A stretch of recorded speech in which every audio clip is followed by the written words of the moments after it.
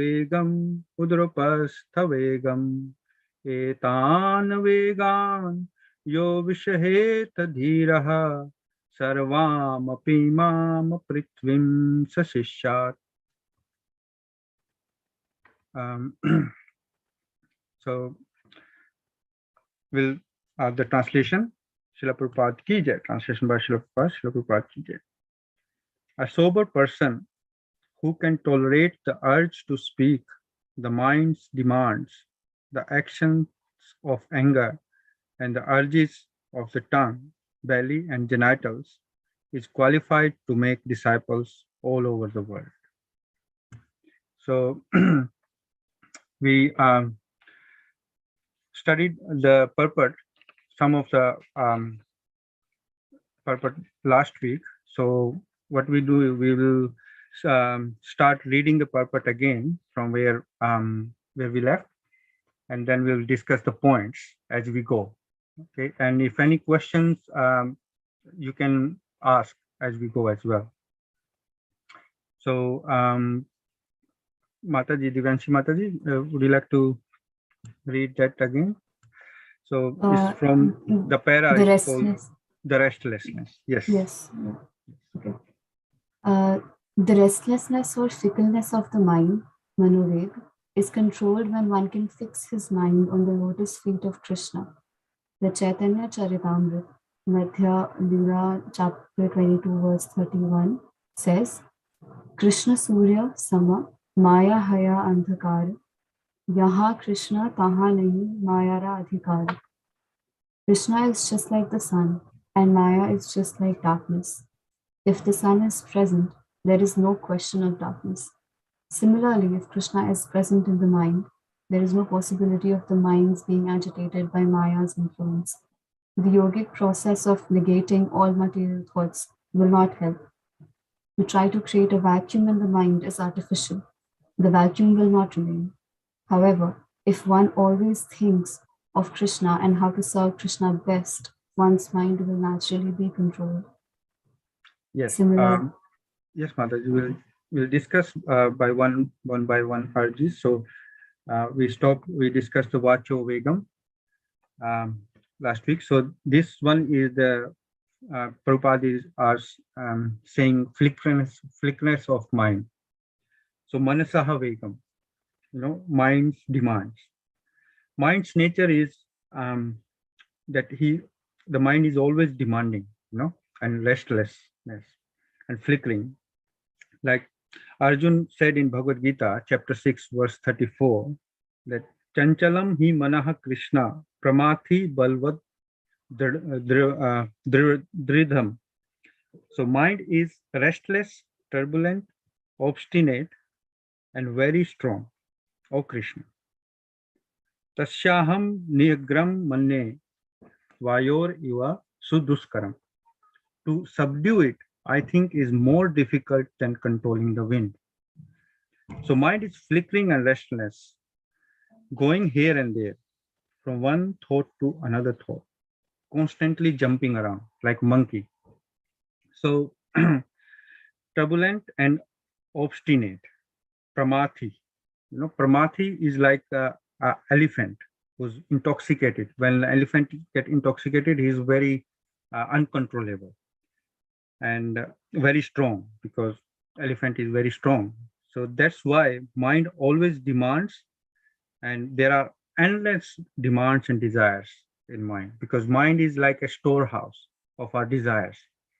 So every desire we create gets stored in mind, and then we develop likes and dislikes and all that. So that's why the demands comes. Okay, I want this, I want that. So this is a very strong urge also. Here Prabhupada are explaining. And Prabhupada was saying that if we have Krishna in our mind, then where the Krishna is Krishna is like a Surya Sama. He's like a Prakash, light. So Andhakar won't come. So all these Maya, the influence of Maya won't come. Okay, so we read the next paragraph. Similarly, Yes, Mataji. Hare Krishna Prabhuji, I had a question from the last time. Can I ask that? Oh, yes, yes, Mataji. Yes. Yes. Yeah. My question was that so Prabhupada writes in the Bhagavad that if you truly want to control your tongue, control your vachuvegam basically, then Mhm, you should you should only speak of Krishna mhm, Katha, and speak of matters only related to Krishna. So mhm. I was thinking that how can we like practically do this in our life, because like like we have to interact with so many people, and especially like when like networking with people, like since I'm like very new, Mm. still interacting with this world, so sometimes I will have to indulge in like useless conversations with people just to build those networks, or just to like you know play my role in in my job or whatever it is. So it's not feasible to always speak of Krishna Katha like realistically. So how can we apply this thing in our life? What's the extent to which we can apply this instruction in our life? Yes, Mataji. Thank you for asking. And this will come next also. Prabhupada will speak more on Jiva Vegam, that also Vacho. So as we like last time also we discussed that we have to stick to our principles. So and we have different stages in life, like student life, then working life, then marriage life, and then like this. And in every stage we have to, and we are living in society, so we have to interact with people. We can't isolate ourselves. And the main the principle is that we Krishna Katha means, okay, we go to the job. I also do the job, so I go out, I talk to people. And again, in the situation where you can't do Krishna Katha, you have to indulge with those sort of talks. But because you know that what you are following, what are the principles, what is our goal, so you come out of it. You just indulge in that just for the purpose of it, and then come out of it and do your um, stick to your sadhana.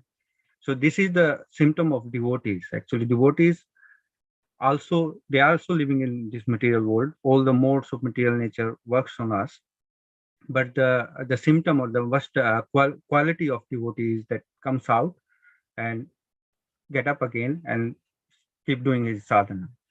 So this is not practical that we'll just always do that at this stage.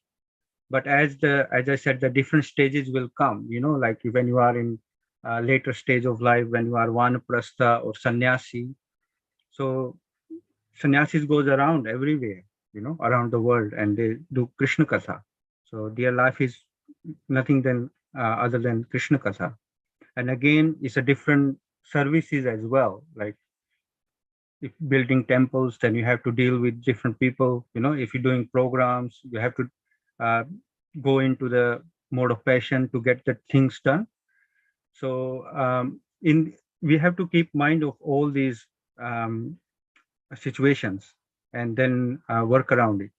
But the main the focus is that, right? Yes, the vacho vegam, the only control for vacho is Krishna Katha. Means we read, study Srila Prabhupada books, we listen, and and any chance you get, like sometimes I get chance to talk to different strange people, then I try to discuss about Krishna.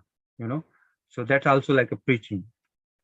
So this is the I think practical solution for this problem, because of different stages of life. Maharaj. Yeah. Yes, Is it is Prabhuji. it Thank you. is it okay? Yes, perfect. Okay, Maharaj. I'll continue reading then. Yes, of course. Similarly. Similarly. Similarly, anger can be controlled. We cannot stop anger altogether. But if we simply become angry with those who blaspheme the Lord or the devotees of the Lord, we control our anger in Krishna consciousness. Lord Chaitanya Mahaprabhu became angry with the miscreant brothers Jagai and Madhai, who blasphemed and struck Nityananda Prabhu.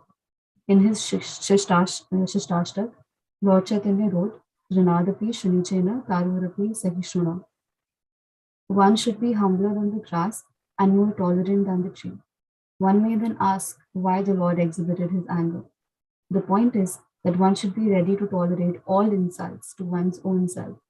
But when Krishna or his pure devotee is blasphemed, a genuine devotee becomes angry and acts like fire against the offenders.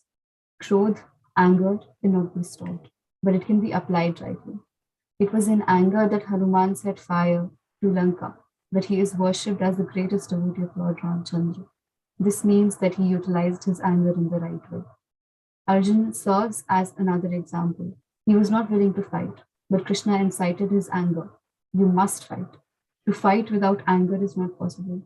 Anger is controlled, however, when utilized in the service of the Lord. Yes, Mother. So you stop here. So this is called Krodh Vega. Vegam means the action of anger. Srila Prabhupada are saying that we cannot stop anger, but apply in rightly, like Hanuman and Arjun used their anger in the service of the Lord. Now, because anger is controlled, so utilized in the service of the Lord. It means that we should control our anger.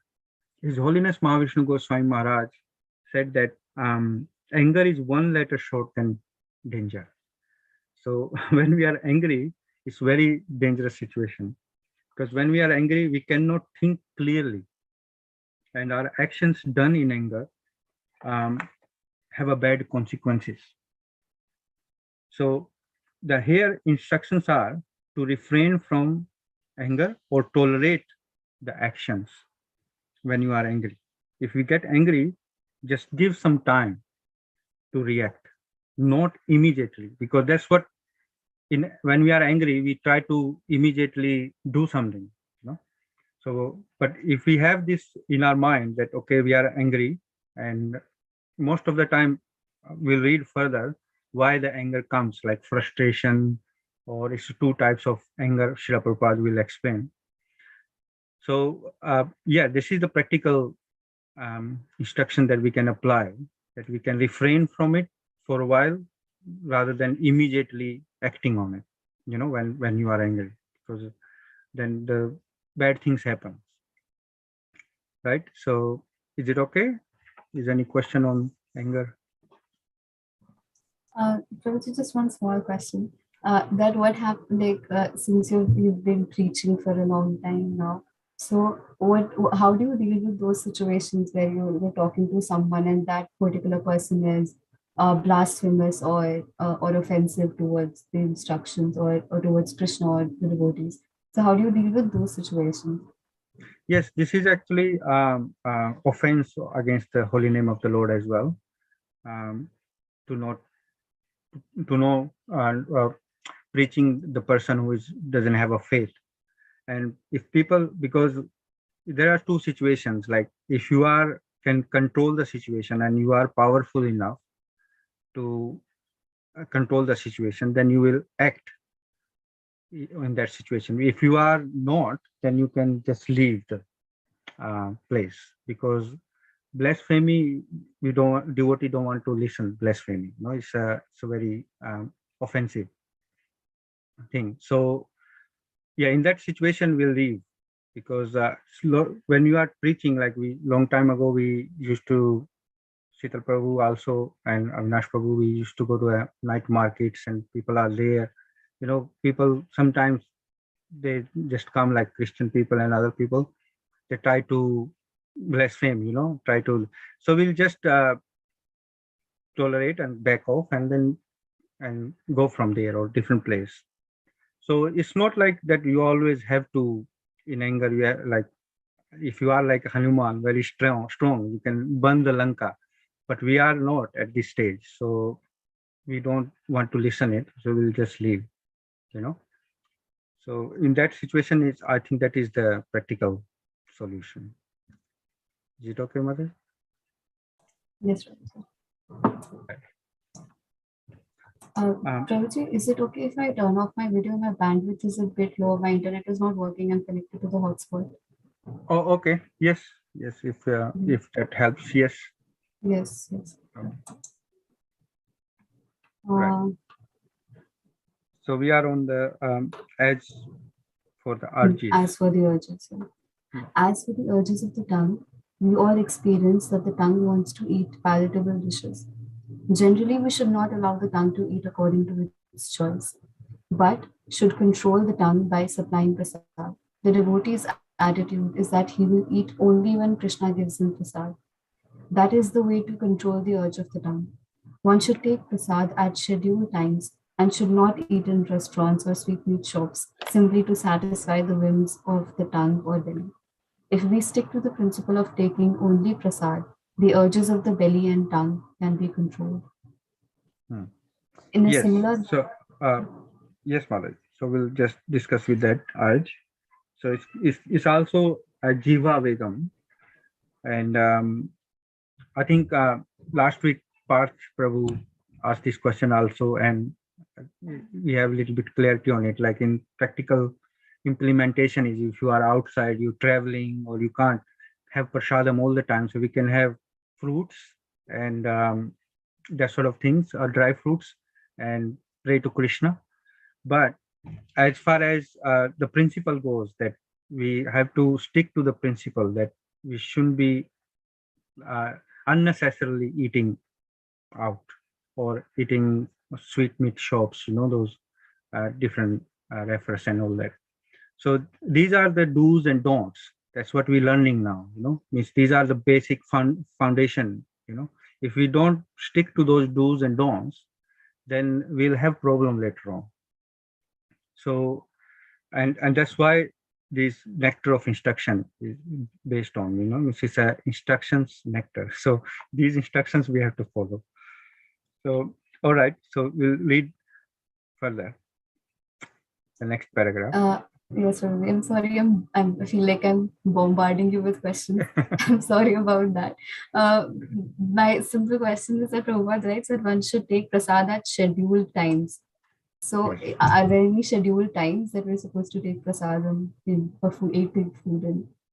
Yes. Well, schedule is very important also. Like if we eat without schedule, then it disturb our digestion system.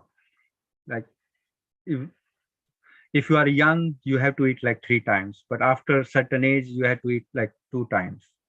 And again, like you don't want to eat too big a meal before go to bed. That sort of schedule is we must follow to live like a healthy life as well. So same like breakfast, you eat breakfast like a king. Breakfast is a main meal, and then lunch like a normal, and dinner like a poor person, like very less. So these sort of examples are there for a scheduled time. So yeah, like it's not like you're eating big prasad, big plate, and going sleeping. So you won't be getting up early in the morning for Mangal Aarti. So yes, Mataji. Yes, in a similar manner, the urges of the genitals, the sex impulse, can be controlled when not used unnecessarily. The genitals should be used to beget a Krishna conscious child. Otherwise, they should not be used. The Krishna consciousness movement encourages marriage not for the satisfaction of the genitals, but for the begetting of Krishna conscious children. As soon as the children are a little grown up, they are sent to our Gurukul school, where they are trained to become fully Krishna conscious devotees. Many such Krishna conscious children are required, and one who is capable of bringing forth Krishna conscious offspring is allowed to utilize his genitals.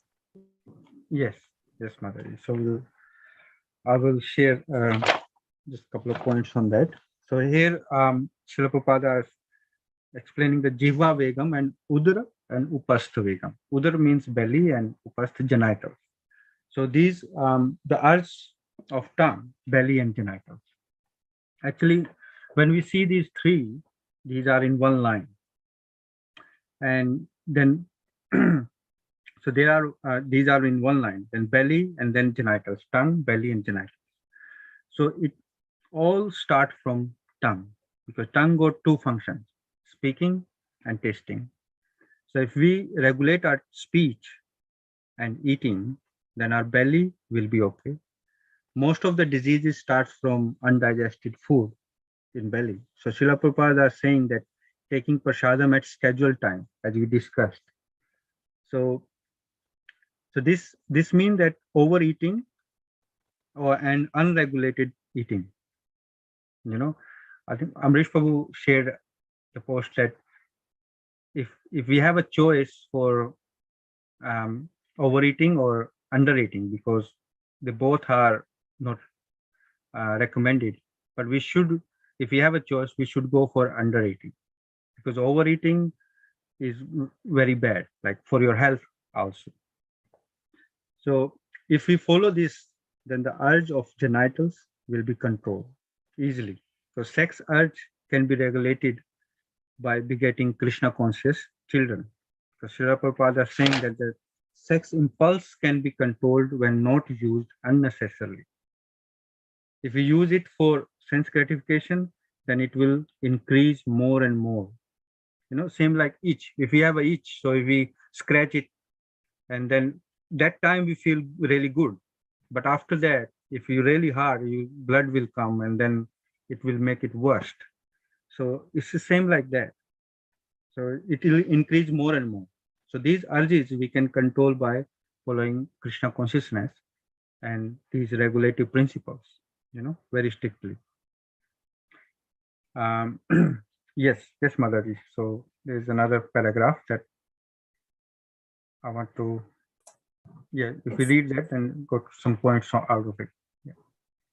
When one is fully practiced in the methods of Krishna conscious control, he can become qualified to become a bona fide spiritual master.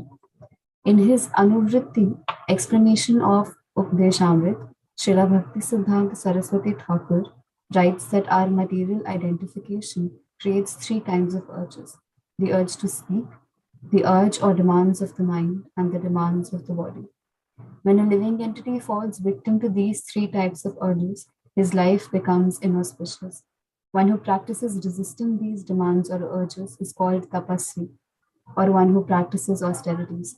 By such tapasya, one can overcome victimization by the material energy, the external potency of the Supreme Personality of Godhead. Yes, ma'am. So we'll stop here. Actually, I divided this purport into for a study purpose in two parts. So here is the part one till here, and I'll just discuss from this paragraph the point that so these urges created, how these urges created. Prabhupada are given a reference from Anuvritti, because when we are identified with material body, then these urges are created. One who practice resisting these demands or urges is called tapasvi, or who practice austerity. By tapasya, one can overcome victimization by the material energy. So here we understood that we become victim of material energy when we get material identification, because material energy consists of three modes: mode of goodness, mode of passion, mode of ignorance. And these modes are constantly working on us. It's not like here comes the goodness and we are in goodness, and here comes the other mode, passion and ignorance. No, they are mixed together, like 3 into 3, and then 6 into 6 and 9, and they are very complex. They're not very simply like one mode and then another mode. No, so they are constantly working on us. So tapasya is why, that's how this tapasya will help. Because tapasya, or the following the regulative principles, will help us to bring up into the mode of goodness. Because until we are in the mode of goodness, we can't follow bhakti. We have to, in mode of goodness, we start to understand what are the nitty-gritty of bhakti, because before that we are animals, in the mode of goodness, and so animal can't understand. So they have a set compulsion. Similarly, with these regulative principles on human beings, that's why we need to perform tapasya, some sort of austerity, we should have in our life to bring the mode of goodness. So, and this is what bhakti is required, which is our supreme occupation. So this is the part one that of this purpose, and we discussed that few points, all the urges and some of the practical implementation of it. I just want to ask again if anyone have a question on this so far before we go further.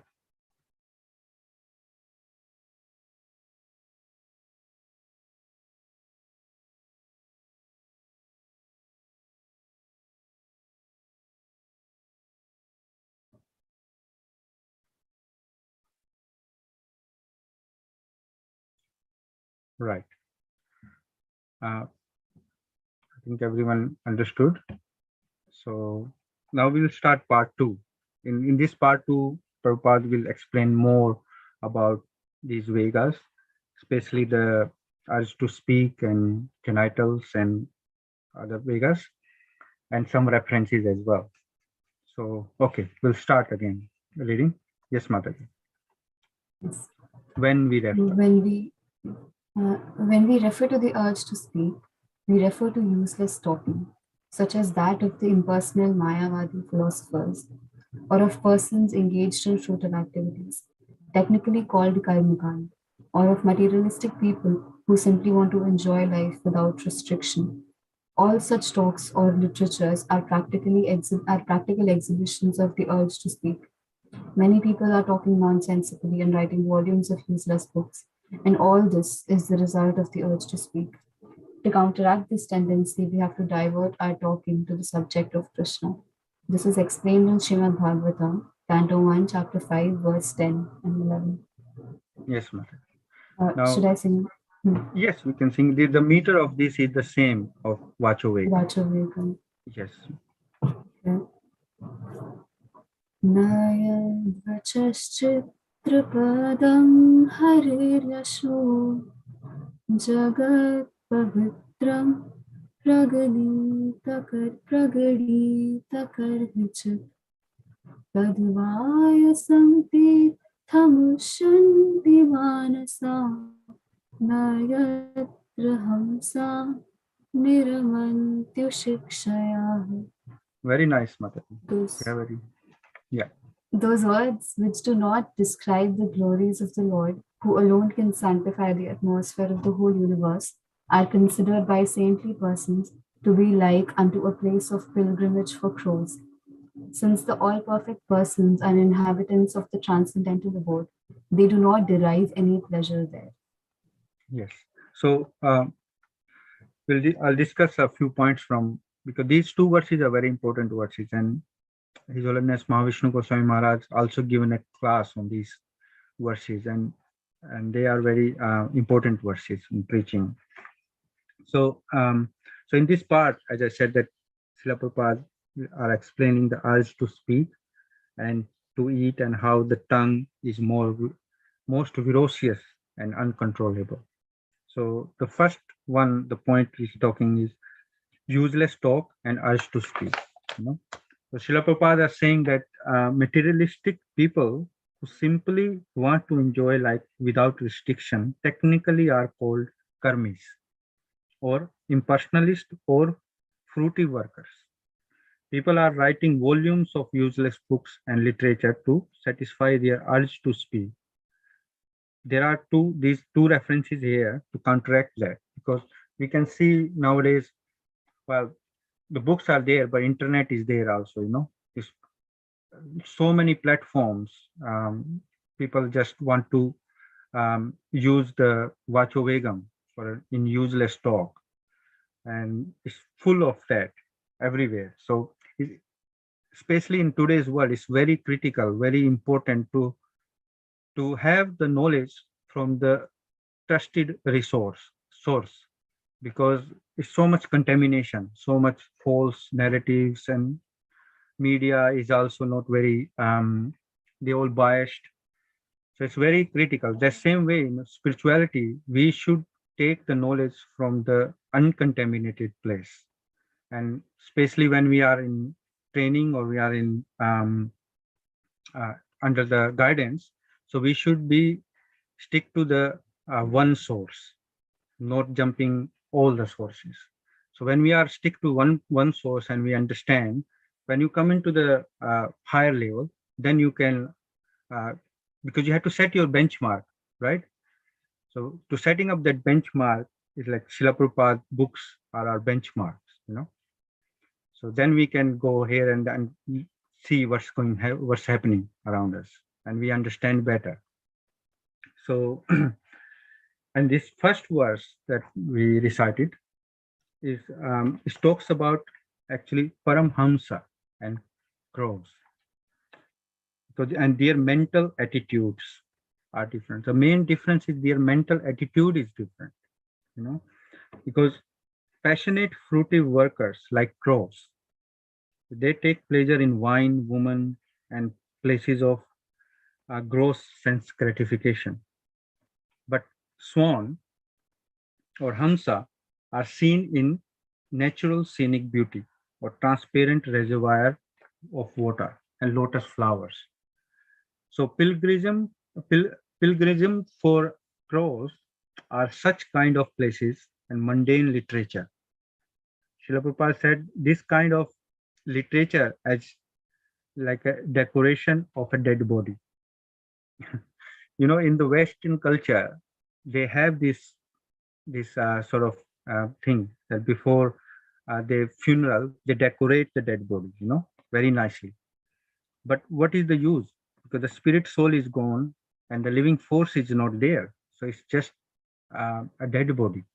But they don't have this concept. So because I have seen long time ago, like I heard this news in America, one person died and he used to like his motorbike very much, you know, wherever he go, he used to ride this motorbike. So when he died, they put him in his motorbike, nicely decorated and like he's driving or riding, and they buried him like that with the motorbike. So so this sort of examples are there. We can see it's like as Prabhupada rightly said, it's like a decorating of dead body, you know. So yes. So but Swan or Hamsa are totally different because their mental attitudes is different. Because Paramhamsa take pleasure in glories of the Lord. And His Holiness Mahavishnu Goswami Maharaj gave very nice class on these two verses.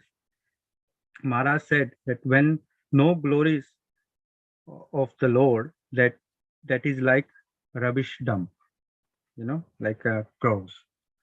And in lighter note, Maharaj was giving example of microwave. You know, we have a microwave. Maharaj was saying microwave. So rather than have microwave, we should have my Krishna wave. You know, so this is Maharaj stressed on that words glorifying the Lord, which can alone sanctify the atmosphere of the whole world. Then how can we leave the holy name of the Lord? Because we do not have faith. We have to hammer ourselves to increase our faith, you know.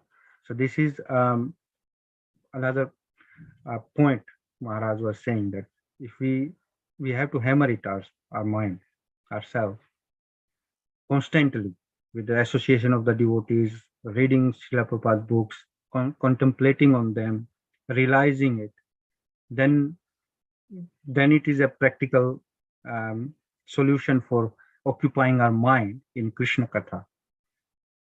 And in Hare Krishna WECAN, Amrish Prabhu, I'm very, very thankful to His Grace Amrish Prabhu, Her Grace Pun Pragya Devi Dasi Mataji, and His Grace Krishna Samarpan Krishna Prabhu.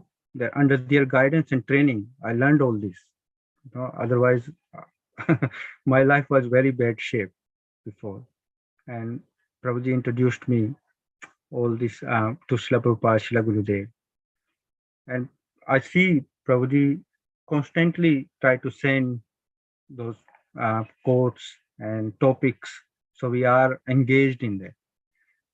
And you can see also, because we are all in the group. you know. All right, so we'll read the next verse, the next reference verse. Yes, Yes, ma'am. तदिवाग्निसर्गो जनताघविप्लवो यस्मिन् प्रतिश्लोकमबद्धवत्यपि नामान्यनन्तस्य यशोऽन्कितानि शृण्वन्ति गायन्ति गृह्णन्ति साधवः. Very nice. Thank you, Mataji. On the other hand, that literature which is full of descriptions of the transcendental glories of the name, fame, forms, pastimes, etc., of the unlimited Supreme Lord is a different creation, full of transcendental worlds directed toward bringing about a revolution in the impious lives of this world's misdirected civilization. Such transcendental literatures, even though imperfectly composed, are heard, sung, and accepted by purified men who are thoroughly honest. Yes. So this is the Prabhuji, second verse. I'm Yes. so sorry to cut you off. I think there's a question in the chat box Oh, by Parth Prabhu. oh, okay. I'll just check the chat. Hare Krishna Prabhu. I have low bandwidth. I'm traveling. Please excuse me. If I don't switch on cam or yeah, that's we already discussed. Hare Krishna Prabhu. I had a question. If it's possible, kindly answer. Is writing poetry or a couplet, shairi, also considered not appropriate under Vachovegam? Right. Um, yes. Any kind of literature that is not glorifying Krishna, or Supreme Lord, is Vachovegam. But we see a lot of Vaishnava songs. You know, they are full of philosophy in a simplistic way. You know, in Gaudiya Vaishnava Sampradaya, there are a lot of Vaishnava songs in Bengali language, very melodious. It's a bit hard to pronounce for us, but it's, when you see the meaning and when you are into those songs, they are also written in a poetry manner. So we don't have to create more poetry and all that. If we just follow those, they are there, you know, and they are very melodious. Yes, any kind of other poetry like in Bollywood or Hollywood or wherever, when songs and all that, that they are uh, Prajalpa, or they are the Vacho Vegam's wrongly implementation, you know.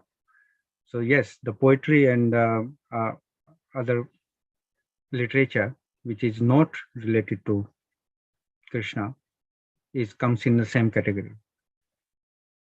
I hope I answered this question rightly, Prabhuji. If you not, if you can speak, I think it would be better. Hare Krishna. Hare Krishna, am I audible, Prabhu? Yes, Prabhuji. Yeah, you are audible now. Yes, Prabhu. Yes, thank you for the answer. Prabhu, one more follow-up on this is, since you mentioned Bollywood and all, I have come across people who are just starting on their bhakti path. They say that, when you tell them about this stuff, you don't usually, because they're new people, but still, if you have a talk about general principles of philosophy and all, they say, Are, what's the point? In Bollywood, also, let's say there are songs describing love between two people or the beauty of nature. Isn't it also description of God's beauty? I think, like, if there is love song between two couple, they say, oh, we imagine that it is Radha Krishna, or we imagine this is some Gopi and Krishna, and we are doing our devotional service. And this might be funny, and it is, but it is a very prevalent phenomena in new devotees and when you interact with them. So, like, they say that, isn't it? That is the question. That isn't our consciousness becoming pure if we are not thinking about the actor or the actress? We are just thinking about the pure love that Krishna and Radha share, or is in Golok Vrindavan. Or if there is a song about two kids playing, we think it is Krishna and the Gopas who are playing. Isn't that also purifying our consciousness? So yeah, Prabhu, if you can just have a say on. Yes, Prabhuji, thank you. Yes, as you said, that is very common nowadays, and lot of people fall into that. Uh, Actually, you might have heard, or there is a category called Sahajiyas. So Sahajiyas are like that. So they play and they minimize everything about Krishna, and it's a lot of funny songs created nowadays in Bollywood, as well as you explained, and people thinking that we imagine it. So you are imagining it. So imagination again is product of your mind. So you imagining that it's not those people are talking about love, but it's not their love, it's divine love. All that's all the mind's arguments, um, to give, you know, to show that this is right. But in actual, it's not recommended. You know, if you hear the melodious Vaishnava songs, then all the rasas are in there. Whatever the Bollywood song or other songs they're talking about, if they're getting rasas in there, all the rasas in there. But again, as I said before, I discussed that when you are taking knowledge, you're taking knowledge onto the authentic source. But if you are taking knowledge here also, there also, there also, and jumping, then this sort of problem comes, because whatever they saying, that's the product of their whims. That they acting on whimsically platform, mental platform. And when you are doing things whimsically, that is not recommended. That is not parampara. So yes, the sahajiyas are there, and they are actually quite prevalent also. And there are also other apasampradayas. And when we read actually Gaudiya Vaishnava history, we'll read those sort of, because how uh, Srila Prabhupada's Guru Maharaj, His Holiness, His Divine Grace, Bhaktisiddhanta Saraswati, Thakur Maharaj, Srila Prabhupada, he cut those upper sampradayas because they were very prevalent in that time. And they're not just like Sahajiyas, it's different. There's some was called Auli, Bauli, and all those um, different. They create their own songs, own poetry. So same like as you explained, Bollywood and other songs. The tune might be the Bollywood tune, but they they sing in a different, Bollywood tunes. So tunes and all that also matters. So those Vaishnava songs, they also they sang in a particular tune. So that also very important.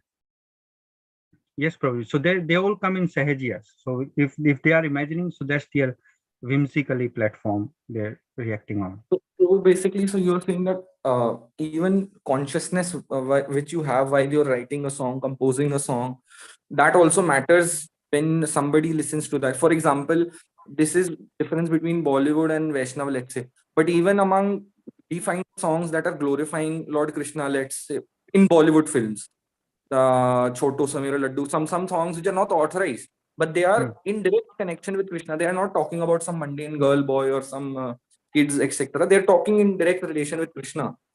So is there, Prabhu, these songs also are not like the consciousness, it depends on the consciousness with these songs were written in, the consciousness of the person, the realization level of the person, and what makes us authorized or bona fide, or a bhajan bona fide or authorized. Yes, probably. I think yes, that's right. The consciousness or the level of realization of the person who's writing those songs is matters, because those songs, the Vaishnava songs, they're written by our acharyas. Bhaktivinoda Thakur was written, and the so many other acharyas. So those songs, and we can, because we are following we are in this parampara, so we can see those acharyas, our previous acharyas, the level of their realizations and their vision and their level of their bhakti. on a pure devotional level. So when they created literature, when they created poetry, that is different level. Although the other poetry is describing about Krishna, there is an example given by Prabhupada, Srila Prabhupada, that the milk, you'll see the milk, the milk is pure, but if it's touched by a serpent, that milk becomes poisonous, but it will look the same like the other milk. So we shouldn't be hearing or listening from the persons who are not devotees, because of the contamination of the consciousness and their level of realization. All that is bringing into that, all that mood of tears bringing into that literature.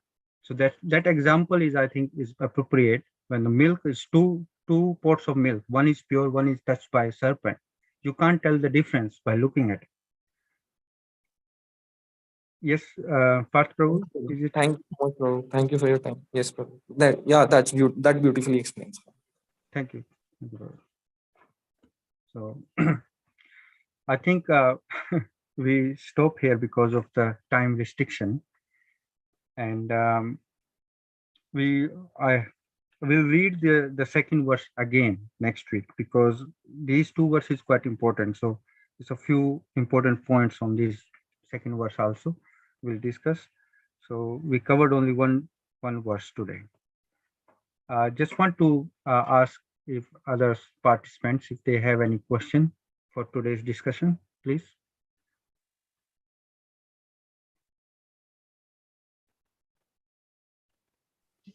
Hare Krishna, Prabhu. Hare Krishna. Hare Krishna. Prabhuji, Srila Prabhupada has recommended that one should eat prasadam, always eat prasadam.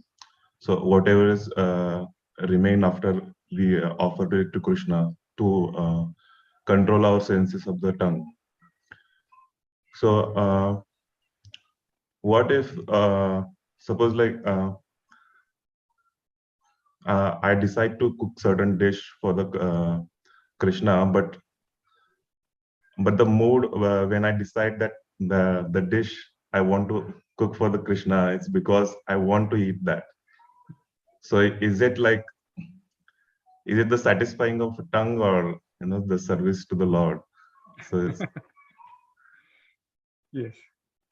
Yes, Prabhuji. I think yes, this is where it happens very often, because we want to eat certain food or certain dish, and then we will cook that nicely and then offer to Krishna, and thinking that, oh. But again, it comes to the when we are in the initial stage, when we are beginning stage. So this is sort of an engagement, or this is a shifting our habits to regulate our senses. On that stage, yes, whatever we eat or whatever is recommended, we offer to Krishna and then have it. For start, we do start doing that, but slowly, the mood will change. But that will, again, it's a level of purification, and because we have to eat anyway, we cook at our home, and we ask our children what you want to eat and all that. So for a start, we'll start doing that. We start offering to Krishna. But again, as we grow, then the mood or realization will be different. Okay, Prabhuji, I think if you have more need more clarification on it, I think we can discuss later because of today's time restriction. Maybe we can discuss next week yes, further Prabhuji. on this. Yeah. All right? Yeah. Yes, Prabhu. Okay. Thank you very much. Srila Prabhupada ki jai, Srila Gurudev ki jai, Nitya Gaur Premanande, Hari Hari.